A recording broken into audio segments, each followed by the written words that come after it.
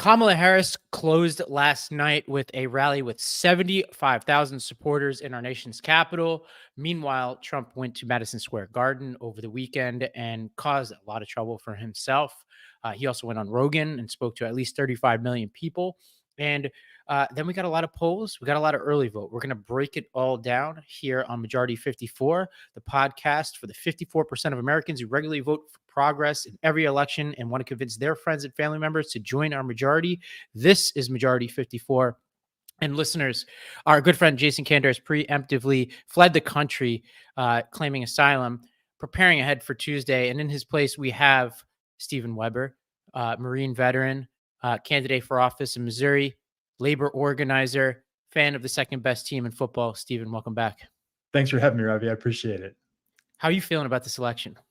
Well, it's strange because I'm up on the ballot this year as well. So I'm running for the state senate here in Missouri. So in 6 days, I'm going to find out whether I've won a state senate seat or not. So I'm How's it looking? It looks good. It looks good. I feel good.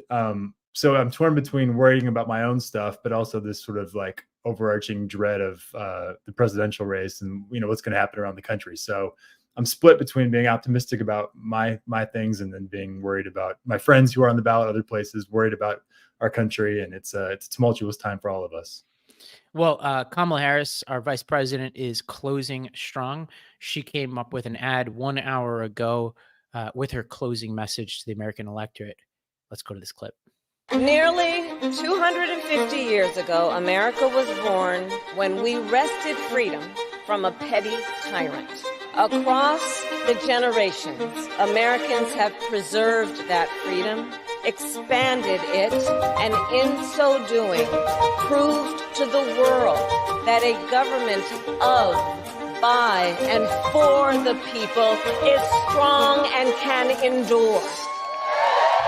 And those who came before us, they did not struggle, sacrifice, and lay down their lives only to see us cede our fundamental freedoms to the will of another petty tyrant. So America, in 7 days, we have the power to turn the page and start writing the next chapter in the most extraordinary story ever told.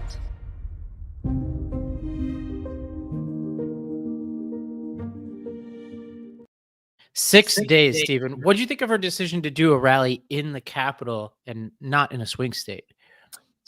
So I think that obviously, if you're listening to this podcast, you're pretty political. And I'm sure there's a variety of different political experiences, but everything has a different goal. And you spend a lot of time persuasion. You spend a lot of time reaching undecided voters or swing voters. You also have to spend time turning out voters and turning out people that are going to vote for you and creating enthusiasm. And I think it showed just massive enthusiasm. I mean, it was the photos were overwhelming. I mean, that ad gave me chills just listening to it. And I don't know if it's necessarily specifically targeted at the person in Michigan who goes back and forth and isn't sure how they're going to vote. But I think it's about driving out people who do support her. And as the name of the show is Majority 54, right? The majority of people are not going to support Donald Trump. We have to turn the majority out to make sure we win. And I think that a lot of what she's doing right now in this phase of the campaign is going to be focused on that. Yeah. And, basically what she's trying to do is get attention. Like every rally speech she gives in a swing state, although it's good for the people in that swing state, often, the news and social media, et cetera, are not clipping the same stump speech over and over again. So the question is, how do you switch up the stump speech? How do you switch up the message in a way that still drives home the core narrative while also getting attention? Obviously, this is why Trump is doing some of the crazy stuff that he's doing, like the McDonald's stunt, is that he is doing everything he can possible to get in front of as many people as possible. And we'll get to his strategy in a second, but let's listen to a little bit about what Harris had to say at the Capitol last night. To those who will be impacted by the decisions I make, and to people who disagree with me. Unlike Donald Trump, I don't believe people who disagree with me are the enemy. He wants to put them in jail. I'll give them a seat at the table.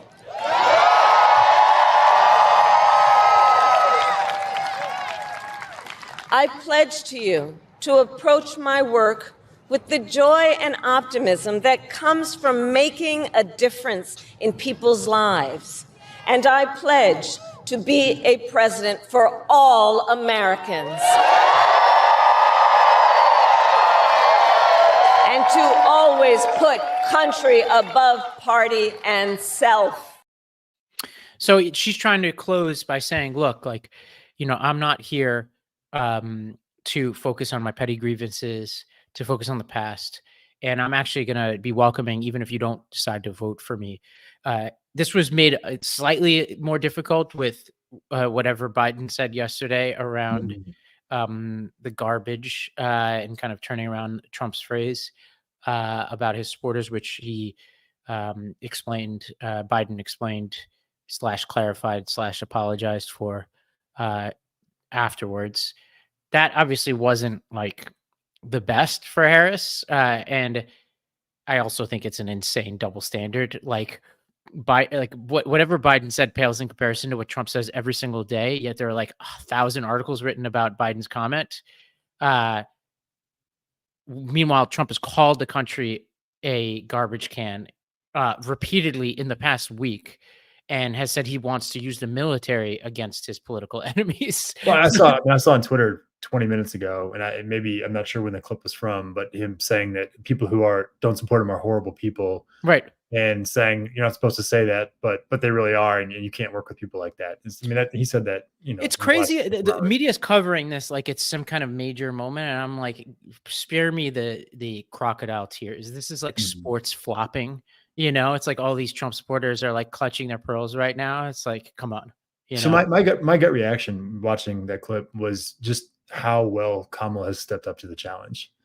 I mean, she's the vice president of the United States. That's, she's a professional. That's a huge job. But even vice president of the United States is not being the president. It's not being the candidate for president. And to have the responsibility that was thrust upon her this summer, she has stepped up, and she has really, she, as somebody who's, I don't know her well, but watched her in the primary in 2020, watched her when she was senator from California. And she has really stepped up to the challenge and filled the role that we've asked her to fill. And that's been pretty cool to watch in the last few months. Yeah, let me see if I could find this. There's a list that the Bulwark put out. Here it is. This is from Jonathan Van Last. This is just a list of the accomplishments from Kamala Harris in the campaign since she jumped in. She unified the Democratic Party. She reversed Biden's polling deficit and took a lead over Trump, organized a successful convention, created a policy framework for a prospective administration, pivoted to the center on nearly every issue from domestic energy production to gun reform to immigration. And this is their words, absolutely schlonged Trump in their debate, performed somewhere between adequately and exceptionally in every single media interview, spent time with several non-traditional media outlets, gave almost unfailingly good speeches in front of giant crowds, performed heroic levels of outreach to Republicans and swing voters by appearing on Fox News and campaigning with the likes of Liz Cheney while explicitly inviting and welcoming Republicans into our coalition. It's a pretty good list. Yeah, and one thing we were talking about doing a rally outside of swing state. Look, winning the presidential, her job is to win the presidential race. That's her mission. That is like 90% of the ball game on next Tuesday is, who wins the White House. But as somebody who is on the ballot myself, somebody, and the race I'm running for those that who wouldn't know, I'm trying to flip a seat that Republicans have had for 16 years in mid-Missouri. And so it's not a gimme, it's not a layup. It's a tough race, and there's tough races all across the country. And for people like me, for congressional candidates, for U.S. Senate candidates, having the top of the ticket do well and turn out voters is incredibly important. So her focus is and needs to be on winning her campaign. But there's a whole bunch of us across the country who are candidates, who are working on campaigns, who are grateful for the rising tide that she's provided, and the restoring the enthusiasm, closing the enthusiasm gap, driving turnout. I'm in a really good position because she's increased the enthusiasm and she's driving voters. And so that's not her main goal, but that's something that's worth acknowledging too. Yeah, and she has this line that she keeps repeating over the past week that at this point it's not this is not a flippant remark. This is, I think, the line that she wants voters to have in her head when they're going to the ballot box. Let's go to another clip from this rally. So look, in less than 90 days, either Donald Trump or I will be in the Oval Office. Okay? On day one,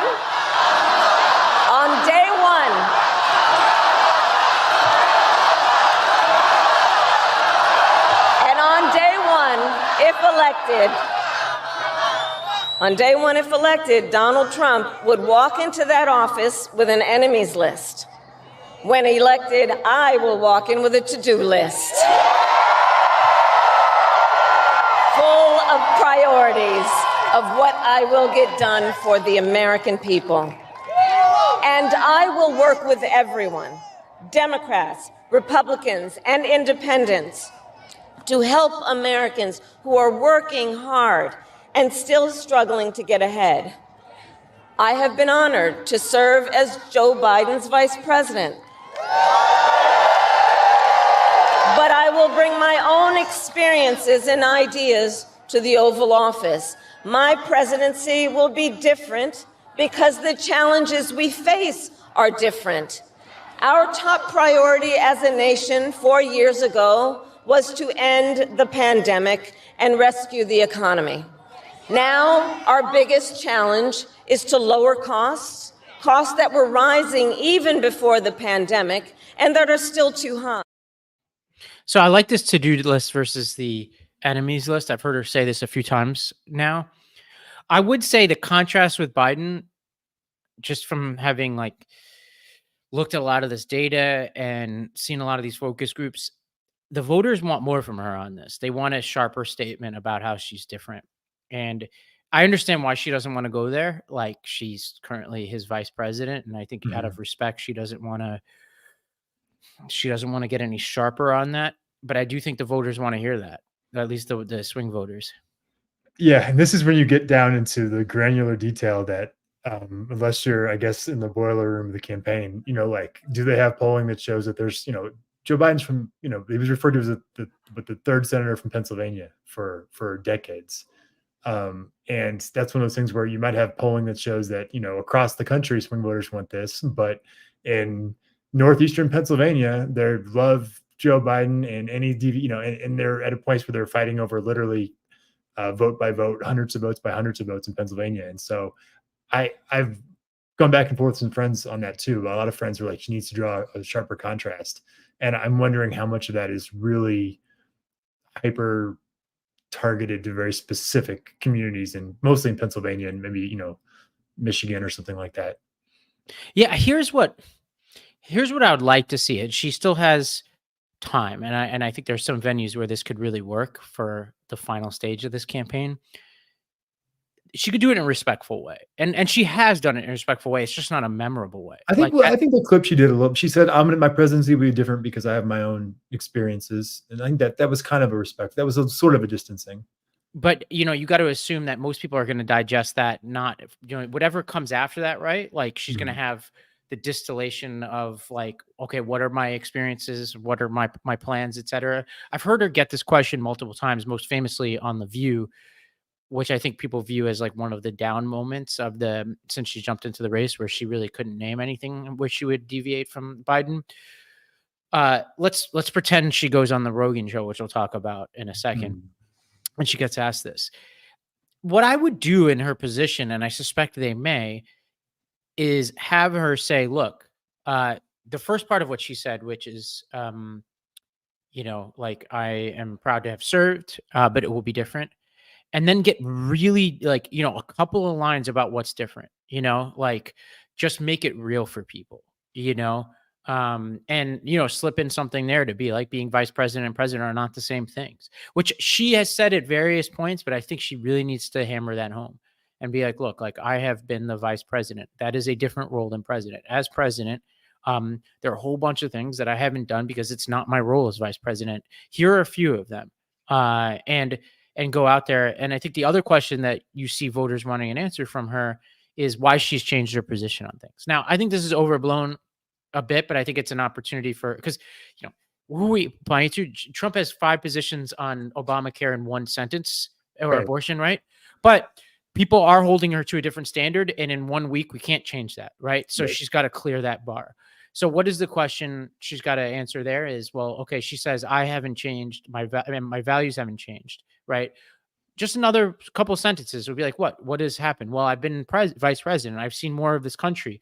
I went from representing California, which is a great place, but has its own unique experiences and challenges, to now representing a vast swath of the country. And what I learned is, I did what you'd want me to do, which is learn more about the country. I learned about the challenges of people in Pennsylvania and why they support fracking or whatever, and here's what my values are one more time. Let me say clearly what they are, which she does. Like she sprinkles it here and there, but this is where like a couple of like really sharp answers on the few remaining questions that the voters have, I think seals this deal.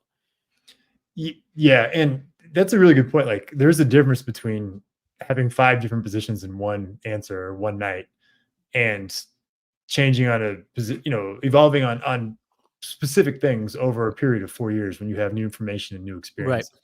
And that is what we want. We do want people to change and grow and learn. We don't want people to just flip flop from day to day, but if you can show the thoughtful progression of, I wasn't exposed to this, and then I have been over the last few years, I think I think people will be forgiving of that. And it makes a lot of sense. Yeah. Vance was saying they were trying to protect Obamacare and that they saved Obamacare when they tried to kill it like 40 times. And Mike Johnson, I think today or yesterday, said that that's going to be a main priority if Trump wins. It's like, but obviously, like, again, we can't, like, you and I can push the narrative about fairness and balance and using the same yardstick to measure both candidates. But she's got to just work with whatever the crazy dynamic is that she has in front of her. Now, one person who's been, I think, really persuasive on this is Michelle Obama, who made the exact point about how differently we, the press, the voters, are treating these two candidates. That clip has made the round, so I'm not going to play that. There was something else she said this week about apathy that I actually haven't seen make the rounds quite a bit, but I thought was really powerful. And it's the kind of clip, listeners, that I would share with people in your lives who are undecided about whether to vote at all. Folks, a lot like all of us here tonight. So let me tell you something. They could not care less about your apathy. In fact, they welcome it. They welcome it. They are happy to be in full control of this game. That's why every single person who has real power in this world, they are fully engaged in the political process. Every CEO and billionaire and corporate board president, they follow the news obsessively. They hire lobbyists to fight for their interest. They donate to the candidates they seek to influence. You all hear me now? This is what I'm telling you. They donate on both sides of the aisle if it's in their interest.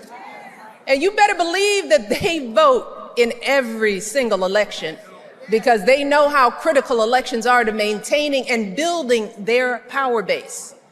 And when we don't vote, they assume that not only do we not care, but that we are happy to hand our power over to them. Happy. And what a lot of non-voters don't understand about real power is that our absence doesn't make those in charge hear us any better. Instead, our absence is taken as our consent. They take our indifference as part of their mandate to do whatever they want. That has always been the truth of how this country runs. The process goes on with or without you. Decisions are made, judges appointed, laws enacted. So when you're talking to folks out there who are considering sitting on the sidelines, I want you to tell them about how this system really works. Super powerful. It's been great to see the Obamas out there. Michelle, I think, continues to be the best messenger we have within the party. that was perfect. I mean, her quote about those that have real power, she said, everyone who has real power is engaged in the political process is so true. And you can kind of tell that she's been thinking. I mean, that's something she's been thinking about for 15 years, right? I mean, she's been watching and she's been thinking, and that was incredibly insightful, and it was dead on. Yeah, totally. And as a reminder, the stakes here, somebody tweeted out this morning, the stakes coming into focus over the last 24 hours. One, RFK Jr. says Trump promised me control of HHS and ag. 2, Trump confirms he's giving Elon Musk permission to cut up to $2 trillion in spending. 3, Mike Johnson says he'll kill Obamacare. There's obviously a lot more, but that is a reminder.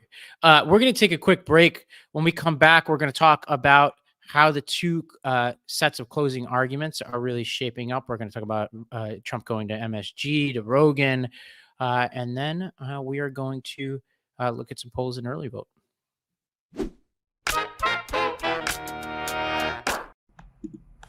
No one wants to lose his hair, but for men, it's actually very common. And now with Hims, the solution is simple. Try Hims Hair Loss Solutions, and you'll be joining hundreds of thousands of subscribers who got their flow back. Hims provides you with convenient and quality access to a range of hair loss treatments that all work, all from the comfort of your couch. Hims makes treating hair loss simple with doctor-trusted options and clinically proven ingredients like finasteride and minoxidil that can regrow hair in as little as 3 to 6 months. Choose from personalized chewable oral spray and serum treatments to find what works best for you. The process is simple and 100% online, so there's no uncomfortable doctor visits. Answer a few questions and a medical provider will determine if treatment is right for you. And if prescribed, your treatment is sent directly to you in discreet packaging for free. No insurance is needed, and one low price covers everything from treatments to ongoing care. And Hims has hundreds of thousands of treated subscribers, and they can help you get your confidence back too with visibly thicker and fuller hair. Start your free online visit today at hims.com/majority. That's HIMS.com/majority for your personalized hair loss treatment options. hims.com/majority. Results vary based on studies of topical and oral minoxidil and finasteride. Prescription products require an online consultation with a healthcare provider who will determine if prescription is appropriate. Restrictions apply. See website for full details and important safety information. Lumen is the world's first handheld metabolic coach. It's a device that measures your metabolism through your breath. And on the app, it lets you know if you're burning fat or carbs and gives you tailored advice to improve your nutrition, workout, sleep, and even stress management. All you have to do is breathe into your Lumen first thing in the morning, and you'll know what's going on with your metabolism and whether you're burning mostly fats or carbs. And then Lumen gives you a personalized nutrition plan for that day based on your measurements. You could also breathe into it before and after workouts and meals, so you know exactly what's going on in your body in real time. And Lumen will give you tips to keep on top of your health game. This is really important. I've been running this fitness community for years, and often what I hear from people is, my metabolism is X, my metabolism is Y. But this actually gives you the data to actually confirm or in some ways challenge some assumptions you have about your body. And because your metabolism is at the center of everything your body does, optimal metabolic health translates to a bunch of benefits, including easier weight management, improved energy levels, better fitness levels, better sleep, and it could track your cycle as well as the onset of menopause and adjust your recommendations to keep your metabolism healthy through hormonal shifts so you can keep up your energy and stave off cravings. So, if you want to take the next step in improving your health, go to lumen.me/majority to get 15% off your Lumen. That's lumen.me/majority for 15% off your purchase. Thank you, Lumen, for sponsoring this episode. Well, as our listeners are familiar with now, Trump came here to my hometown of New York over the weekend and spoke to a sellout crowd at Madison Square Garden. Most of the news came from people other than Trump during this rally, but Trump stuck to a familiar message. A massive, vicious, crooked, radical left machine that runs today's Democrat Party. They're just vessels. In fact, they're perfect vessels because they'll never give them a hard time. They'll do whatever they want. I know many of them. It's just this amorphous group of people. But they're smart and they're vicious. And we have to defeat them. And when I say the enemy from within, the other side goes crazy, becomes a sound. Oh, how can he say? No, they've done very bad things to this country. They are indeed the enemy from within. And so not much news there, but the real news came from some of these surrogates who started, most notably this guy, Tony Hinchcliffe, who, among other things, called Puerto Rico pile of garbage in the middle of the ocean or whatever, and then had this to say about Hispanics generally. A lot going on. Like, I don't know if you guys know this, but there's literally a floating island of garbage in the middle of the ocean right now. Yeah. I think it's called Puerto Rico. Okay. All right. Okay. We're getting there. Now, again, normally I don't follow the national anthem, everybody. And he made another remark about, that used a metaphor about not, pulling out during sex and all that. And that was about the Hispanics generally. Meanwhile, there are kids at this rally. By the way, this is the party of the evangelical right.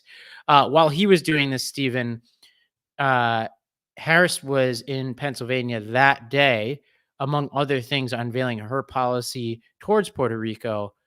This is her describing that effort with Charlemagne the God.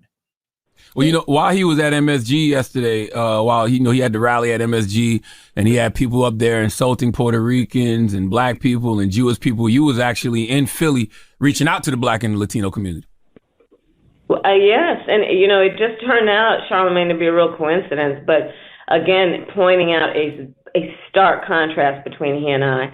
Yes, I was in Philly meeting with leaders, many leaders in many communities, but including leaders in the Puerto Rican community, to talk with them about my longstanding commitment to Puerto Rico, to the people who live on that island, who have often been overlooked. In fact, they know, and we talked about the fact that even when I was in the United States Senate, knowing Puerto Rico doesn't have its own United States senator, I was a leader in making sure that we would get relief to people on the island when it came to the aftermath of Hurricane Maria. And what I shared with everyone is part of my opportunity economy, as you know, which is about lifting up people around home ownership and small businesses, that I will have a specific opportunity economy task force for Puerto Rico that will focus on the needs that they have in terms of fixing that electrical grid in Puerto Rico, and also bringing private sector investment together with government investment and nonprofit investment onto the island to help with job creation and sustainability for the island.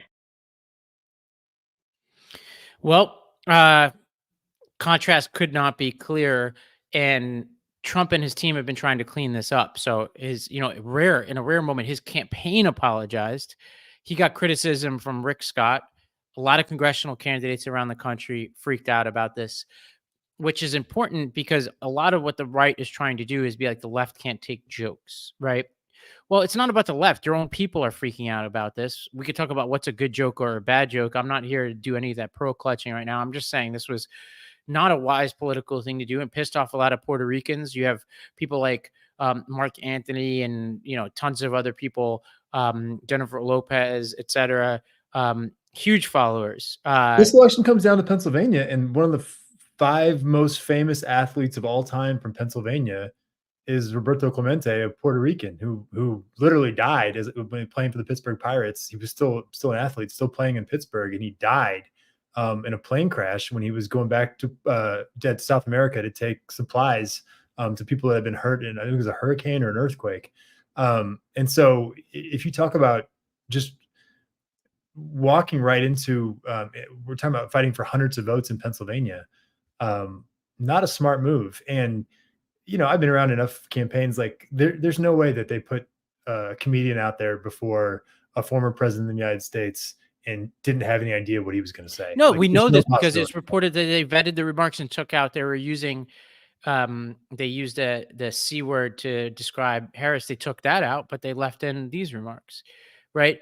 And so, and if you're talking to people in your life about this, there's a few. First of all, there's 450,000 Puerto Ricans in Pennsylvania. You got to think this is relevant to that. But in general, it's important to be like, if they're this sloppy and Trump is this reckless when it comes to this presidential campaign, which is the only thing standing in the way between him and time in prison, if he's this sloppy and reckless and ineffective, what would he be like during the presidency? You know, like if he can't even execute a standard political rally at Madison Square Garden without chaos. We've seen what he's like. I mean, we don't have to imagine. Like, we couldn't leave our houses, right? We've watched him screw this up before. And your point is, you said this earlier, we have a clear choice. Like there was, you know, I now am middle aged, and I remember, you know, when I was in high school watching elections in the late 90s and 2000, and the jokes were that the candidates were the same, that there was no choice between the two. Coke and Pepsi.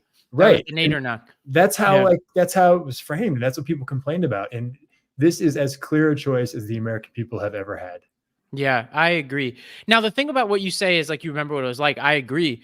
But it seems like vast swaths of the undecided vote are getting more positive in their, you know, their nostalgia for Trump's presidency. So a job that Harris has had to do is to talk about, she has to do two things. One is to remind them how bad Trump's presidency was. And two, to say that even if you thought it was decent, none of the people around him who kept him somewhat restrained, I mean, that would be an overstatement to even call it restrained, are not going to be there anymore. Those people are saying he's a fascist and can't be trusted to go back. Right. Yeah. They've all come out against him. They've almost universally. I mean, almost every one of his cabinet members has either not gotten engaged in his campaign or come out against him. Right. And here's a Hispanic radio host in Pennsylvania talking about the fallout from these remarks. I'm wondering, Victor, his campaign is going to feature Zoraida Buxo, the shadow senator from Puerto Rico. We've heard reports that other prominent Puerto Ricans are going to be joining him. What do you think about that? What do you know about who else might be going there?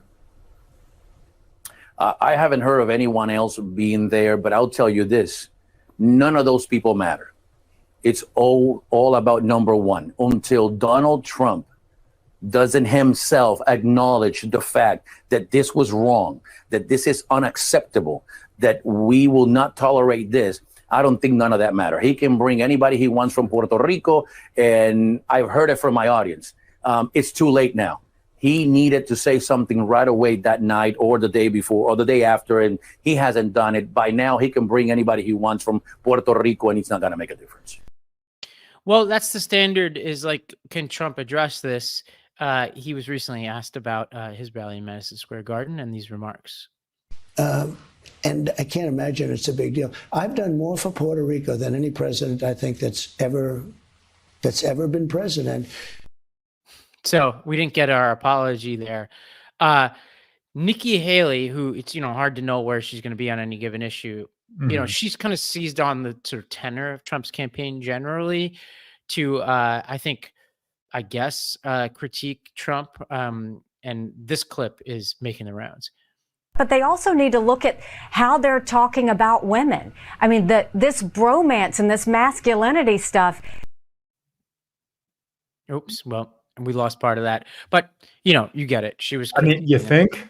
Yeah. Yeah. You think being, you know, adjudicated for sexual assault, for proudly stripping Roe, for, you know, running ads that they are running the ads about Kamala as the C word. Like, yeah, you think they have a problem with women? Like, they've been.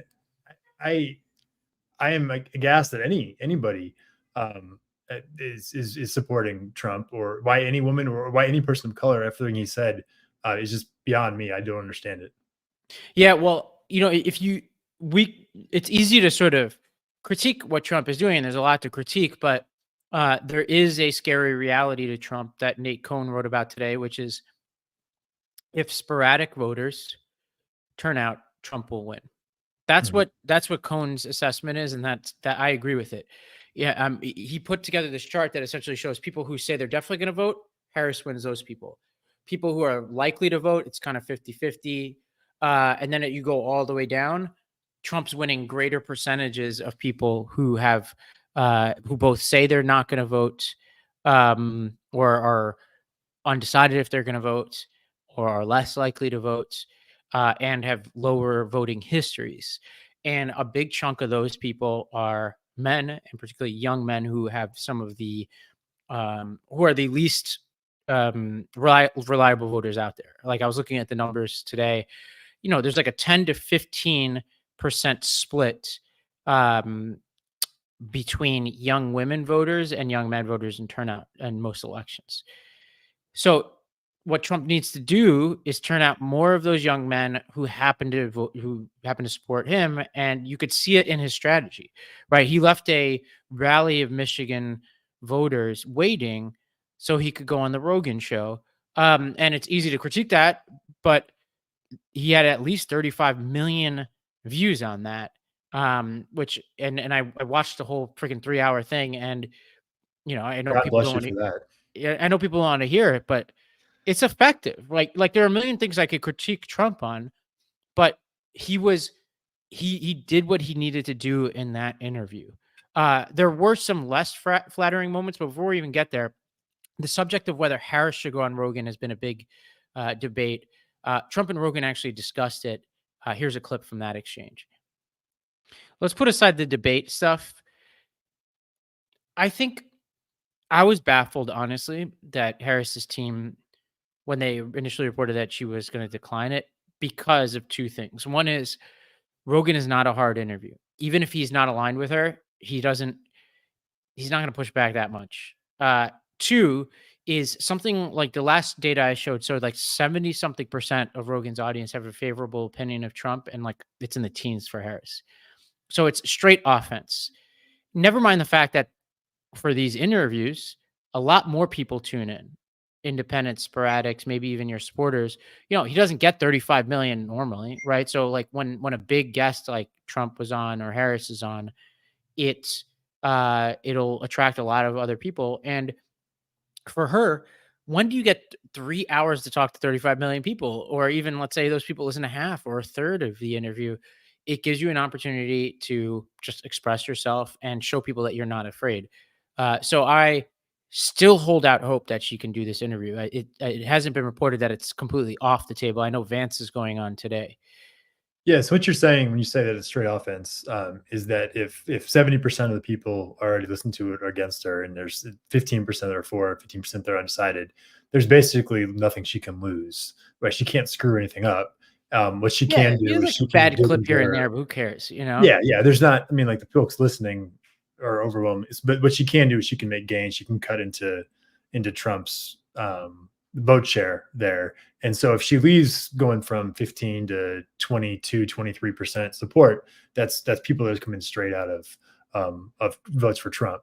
And I was actually having a discussion with this to be. I think Rogan said something about like he didn't want to just do an hour, and he wanted her to go to Austin.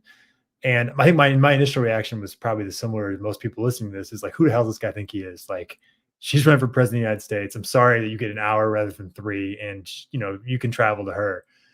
Except that, going back to what we were talking about earlier, this is not about Rogan's not on the ballot.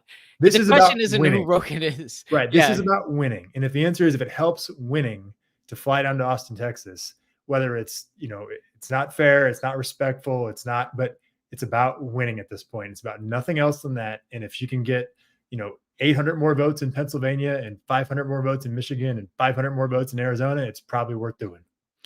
100%. If Rogan were on the ballot, I would love to debate with anybody about whether Rogan is feeling entitled or not or whatever. Irrelevant. And he also doesn't do interviews anywhere else. So I get it. Like, if he doesn't want to go anywhere, he doesn't want to go anywhere. He made Trump go to him too. Right. So it's, I think she should do it. I really hope she does it. I hope I wake up tomorrow to the news that she recorded tomorrow and then aired it on Saturday. That would be great timing. I think she'd do a great job, by the way. Like, she's a 100%. She's a good, normal person. I think the format would be fine. I think that when she's relaxed, I think she does a good job. And for a couple hours, and really, she is far more competent with big ideas and complex thinking than Trump is. So it's all people will talk about all weekend. And people will give her a lot of credit for it. Even if she stumbles here and there, they'll be viewing it as going on hostile territory. Everybody knows the setup of it, and it will surprise people. Trump, in that very clip that we just showed, was downplaying expectations for Harris. It was like, oh, she's going to be on the floor. You're like, okay, like, let's see what this sounds like, Kind of like she went on Fox News, right? She did an interview with Fox News and went, that was offense as well. And it had a ton of views. And I think people think she did a pretty good job doing that. So yeah, I think you're right.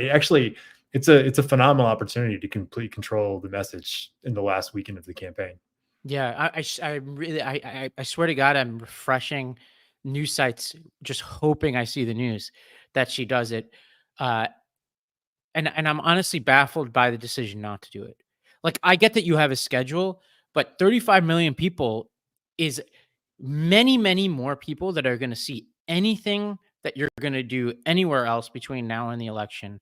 I don't care if Michael Jackson is resurrected from the dead and sings a song at your concert. More people are going to tune into the Rogan interview with you, and more people in the swing states that you're going to. So hopefully they get that done. And it makes me even more anxious that Vance is on there today spewing his bullshit. So I really hope she gets on there. Trump and Rogan did have this interesting exchange over who won the last election. So despite what I think was a generally helpful media appearance, there was still bullshit like this in there.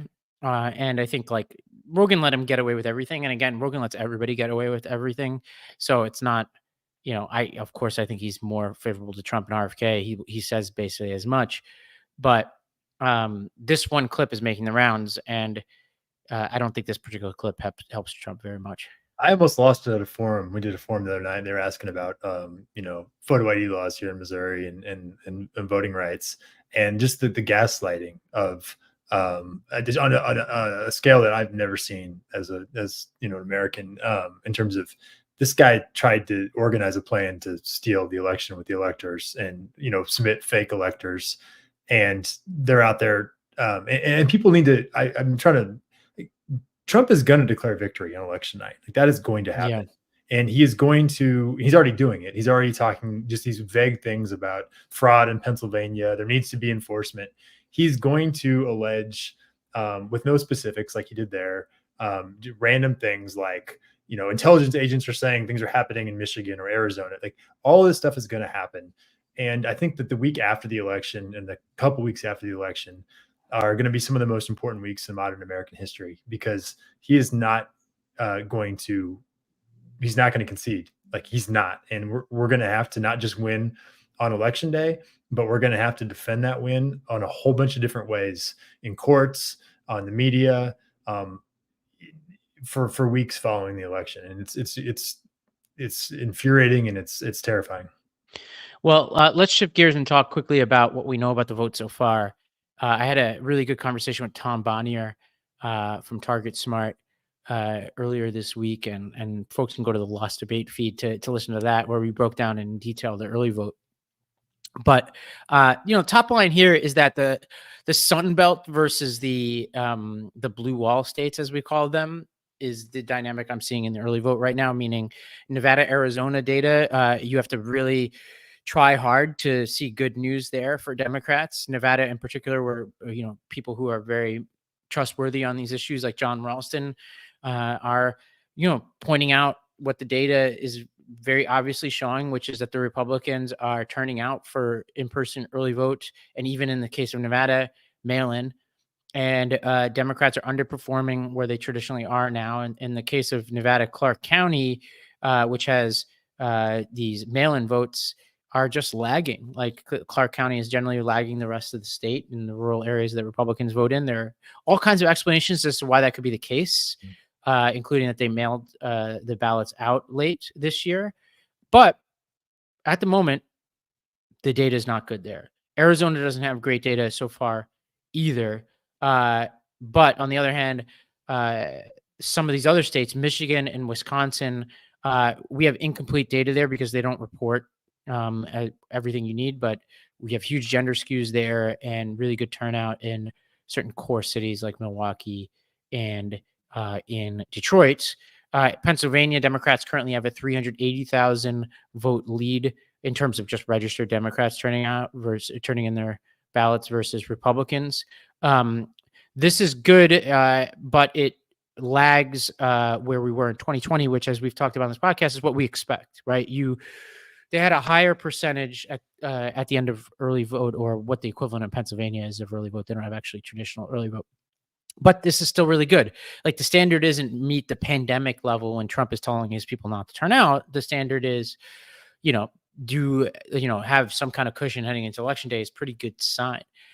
North Carolina and Georgia are very tricky to assess right now, in particular because of the unaffiliated vote, especially in North Carolina. Is such a high percentage of the vote right now. North Carolina is basically a third, and a third. And so it's you really have to like dig into what those unaffiliated voters are showing. But in almost every state, the gender skew is very high, which is good for Democrats. And almost every poll that's attempted to ask people who've early voted already shows that in the battleground states, Democrats are winning the early vote. So my short piece here is nothing to panic about at all in the early vote. It's a very limited information for the average person following this. It's very important for the campaigns because it tells them who they have to turn out on election day. Obviously, you want to get as many people to vote before election day as possible because it makes your job a lot easier on election day and de-risks election day. But there's nothing super alarming. Nevada is not great, but it's totally reversible with a good turnout operation in the remaining week and then on election day. I'm always jealous of athletes and sports commentators because they get so many different repetitions to talk about. Like, there's a game every week. Right. They compare it to the last week and like, well, 2 weeks ago. And this we're comparing by definition, we're comparing data to something 4 years ago. Right. And in this case, we're talking 4 years ago when there was a pandemic. So it's even so the data points we have like are it's so hard to draw those analogies. I was looking it up because I heard a similar thing. I looked up Jefferson County, Missouri, which was a swing county in Missouri. Obama barely won it in 2008. He did his first 100 days. He did a speech in Jefferson County, and he did his big 100-day speech, and then the county completely cratered, and he lost about like 20 points in 2012. So if you're comparing 2008 to 2012, you could be saying well, he did 20 points worse, but he also won in 2012, right? He won in a different way, but he still won the election. And that was just 4 years later. So it's really hard to make those analogies. And the other thing is that the choices that each campaign is making they have real impacts, and we don't know what all those choices are, right? So in 2020, they might have said we're going to spend a huge amount of money on a mail-in vote program with seniors because of the pandemic, and they're making a different calculation this time for a different reason to say we're going to put the money and the resources into, an election day turnout program or something like that. And that's something that nobody looking at the data is going to know. So it's close. We know it's close. It's always going to be close. It was always going to be close, and that's really. While we're looking in this data to try to, find something, we're not ultimately going to know until it happens. Yeah. I mean, that's the basics. And I referred also to this Nate Cohn article that he put up today in the New York Times. That's just really helpful in helping you game out scenarios, right? Which is, by and large, Democrats are sitting pretty with the people that we know are going to turn out. Trump is generally doing a lot better with the voters that are unsure whether they're going to turn out. But as you go down that pyramid, though, there are also a lot more undecided voters. So what Cohn was saying is that if sporadic voters turn out, that's not an automatic for Trump because it could just be the sporadic voters on either side of the ledger or the undecided sporadic voters have made up their mind and decide they're going to vote. And right now that's not reflected in the data. So nothing is guaranteed. But the good news to everybody is that if this is in fact trending towards a lower turnout election, which there's definitely some evidence to suggest that, which Harry Enten suggests that it'll be lower than 2020 for sure. That's not necessarily bad news for Democrats. Like, and if you're listening to this, right, nothing that you do in the next 6 days should be any different based on what the turnout really did. You need to vote. You need to ask your family to vote. You need to text all your friends to vote.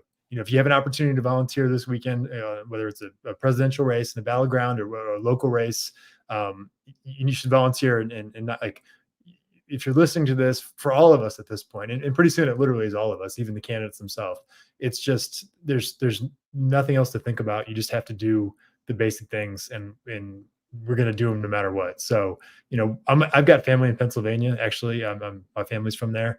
And they're mostly reliable Democrats, but this year I was like, you know what, I'm going to call each one of them individually and make sure that they vote on election day, and no early voting data is going to change my plan. I'm going to do that no matter what the data says. Yeah. And just for people, you're going to see people making crazy claims. Musk himself was tweeting about this, about early vote. I'm telling you right now, what I just said is going to be the story until election day. Mhm. Like, yes, there are going to be fluctuations here and there in states, but no state is there going to be anything definitive that happens between now and election day. I promise. The only silver lining, and I mean the only, and this is the faintest of silver linings of a Donald Trump presidency, would be watching Elon Musk find out that Trump doesn't actually like him, care about him, just took his money and isn't going to put him in charge of anything. That's the only funny thing that would happen. Right. But other than that, it's all bad. Well, for everybody, that's all we have today. We all have a platform. Make sure to use yours today. We will not speak before election day, so get out there and vote. Sleep well. We'll be right on at our normal time the day after election day. Hopefully, we'll know a winner by then.